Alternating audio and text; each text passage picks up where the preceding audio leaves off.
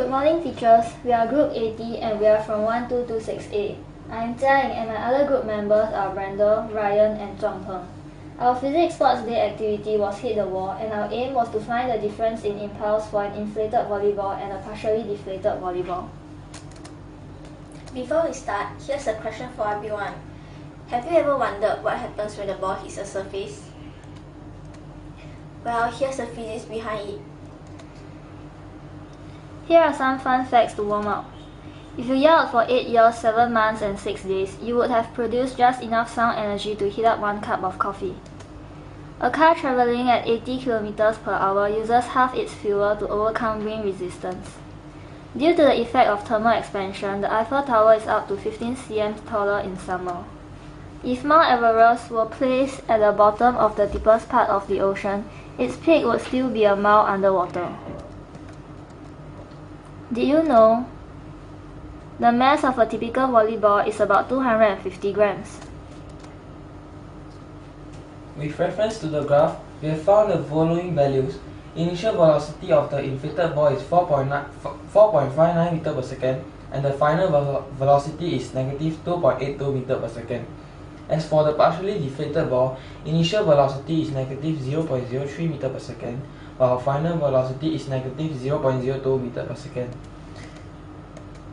The change in momentum of the ball is calculated by multiplying the mass of the ball with the difference between the initial and final velocity.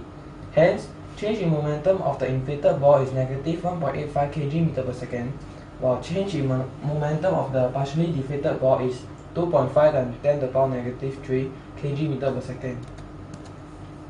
So, which ball exerted a bigger force on the wall? Since force exerted on the wall is proportional to the rate of change of momentum, the inflated ball exerts a bigger force on the wall since it has a larger change in momentum of 1.8525 kg meter per second as compared to the partially deflated volleyball's change in momentum of 2.5 times 10 to the power negative 3 kg meter per second. Kinetic energy equals to half time mass times velocity square. Therefore, change in kinetic energy for inflated ball is negative 1.64 joules, and change in kinetic energy for partially deflated ball is negative 6.25 times 10 to the power negative 5 joules. A perfectly elastic collision is defined as one in which there is no loss of kinetic energy in the collision. Hence, both conservation of momentum and conservation of kinetic energy are observed. In elastic collision, there is no dissipative force acting during the collision, and that all of the kinetic energy of the objects before the collision is still in the form of kinetic energy afterward. For macroscopic objects which come into contact in a collision, there is always some dissipation and they are never perfectly elastic. Thus, the collisions of the inflated and partially deflated volleyball are not perfectly elastic collisions. In elastic collision, there is dissipative force acting during the collision, and thus not all of the kinetic energy is still in the form of kinetic energy afterwards, but rather it would have been converted to other forms such as sound and heat energy. The change in kinetic energy of the inflated ball is smaller than the change in kinetic energy of the partially deflated ball.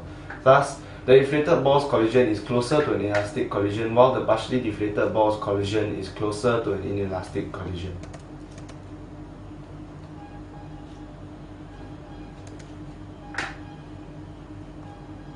An airbag supplies the necessary force to counteract our body. This in turn minimizes the force at which we are propelled in the car. This is because the airbag spreads out the force over a wider area, and this reduces the injuries you are exposed to in the car. The amount of damage done to a person depends on the change in momentum. Airbags reduce the amount of damage dealt to a person by extending the period of time they are subject to a force. An example of how airbags are deployed during a crash is in this video at the bottom of the slide.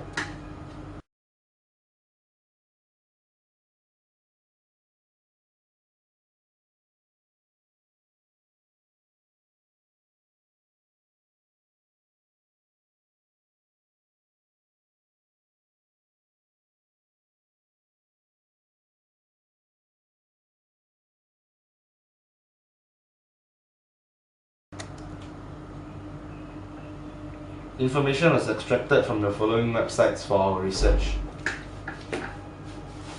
Thank you.